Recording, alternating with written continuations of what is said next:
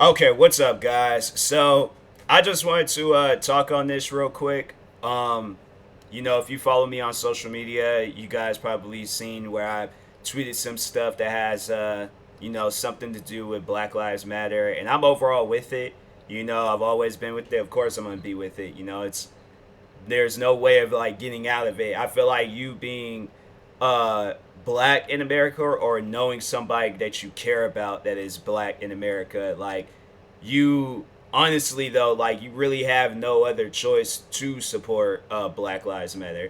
And that's the thing. I'm like, I say that, and that's the thing, you guys might overall have an argument to say towards that, because you might have black friends, but you don't support Black Lives Matter and what it stands for and stuff, and that's cool too. But the thing is, like, don't try to pressure or come up with facts or say whatever to make a person stop supporting the movement.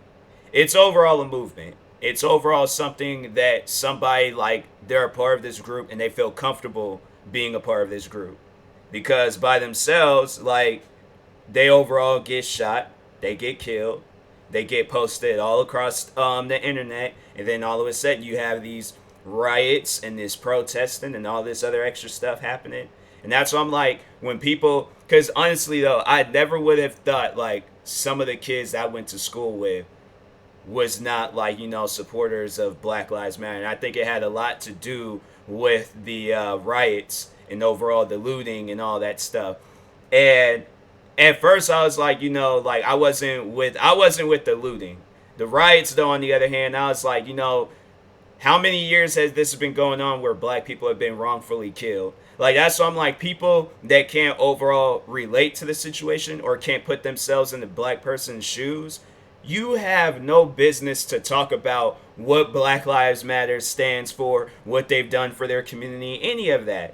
So that's why I'm like, when I hear people speak on Black Lives Matter and they're not black themselves, that's why I'm like, you don't understand. You literally do not understand.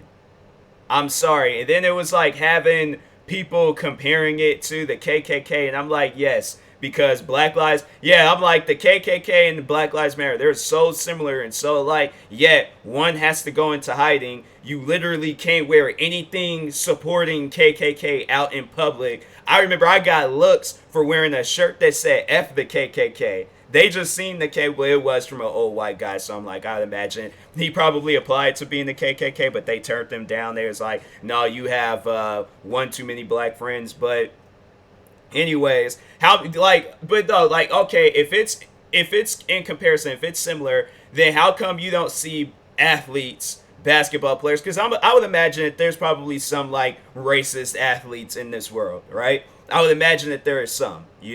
So how come you don't see any of them wearing stuff that says KKK or David Duke's number one fan or any other like racist derogatory stuff? Huh? How come you don't see them doing that? Yet you have white athletes, black athletes, any race at like athlete, all right? Anybody of any race wearing a Black Lives Matter. You see so many people supporting the Black Lives Matter movement, from white people to Asian people, Hispanic people, Middle Eastern people, so many different types of people. Yet you only see white people in KKK.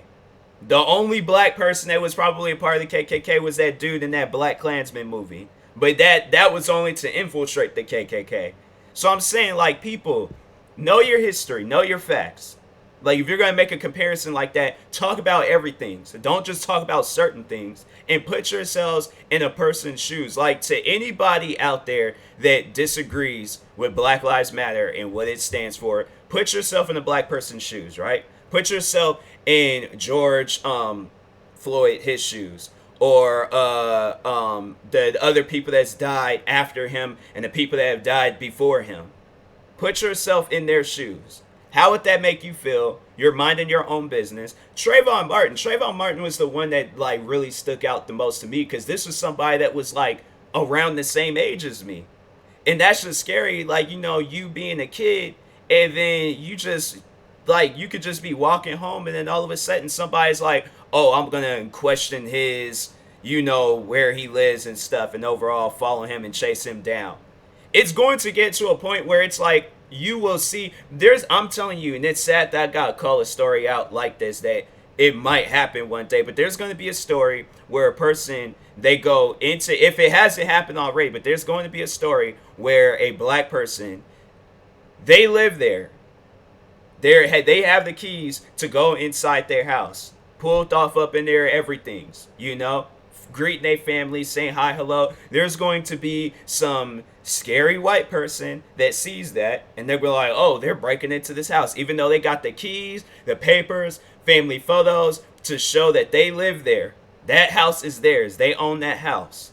And there's going to be some scary white person that goes off up in there saying, you don't belong here, and they're going to shoot and kill him. And it's sad that a story, it's, you would think that that would never happen, but just listen to how realistic that sounds. I'm saying stuff like that has kind of somewhat happened. And if it hasn't happened, it might happen. And it's sad that stuff like that happens. It's like, you know, you can't, honestly, being you, like you being black, you literally cannot go out in public. Because there's going to be people that's going to question you. They're going to look at you. They're going to go and try to like say or do something to you just because of the color of your skin. So overall, what Black Lives Matter means and what it stands for is equality. KKK, on the other hand, like to those out there, that's because I had friends that was really trying to compare the two things and stuff. And I'm like, okay, so are you a part of the KKK? Is that why you're bringing it up? And that's why you're trying to like come up with the similarities or something? I'm like, there should be no reason why the KKK and Black Lives Matter should be in the same conversation unless there's like some big giant fight that's about to happen between the both of them and things. But I'm like, KKK, they were out here fighting for white rights, you know, and then Black Lives Matter, they're just trying to be equal. Like, look how long it took us to just get to where we're at today. Like years and years and years of like dealing with slavery, and then the like what 50s and 60s or around that time and era, that form of racism, you know, freaking what else? And then the racism after that, like after like Martin Luther King and Malcolm X and all that, like during their time, before their time, like we would people, black people was dealing with that racism. Now all the way up until today, where it's like we can just somewhat be like semi like equal. You know, like that's where, like honestly though, that's where black people are at, where it's like we're semi-equal. We're not even like fully equal to the person next to us or to somebody that's not black. We're just semi-equal. So it's sad that I have to say stuff like that, but it's true. It is honestly true. So that's why I'm like, you know, and that's, I was watching the one movie, Fences, and that was something that really did stick out to me, was that and there's this like Denzel Washington movie. It's a really good movie. You guys should definitely go watch it. But there's a scene in there where he was overall telling his son like how he shouldn't play in sports, and then he said like something about like black people sitting on the bench a lot, and then his son was all like oh, white people, they sit on the bench a lot too.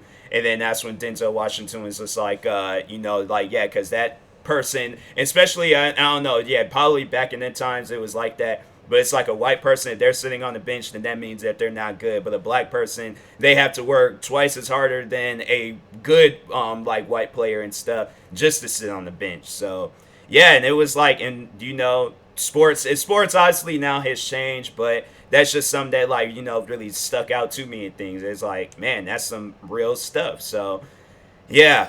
But people, like, you can't overall, like, there's just, honestly, to me, though, I'm like, there's just no legitimate argument towards Black Lives Matter. Like, you guys have your outlook on it. I'm going to have my outlook on it. You know, I'm not here for no arguments. I'm just here to allow people to hear what I have to say on the whole matter. So, anyways, but yeah, you know, once again, always and forever, Black Lives will always matter. So, anyways, talk to you guys later. Thank you guys for watching. Peace.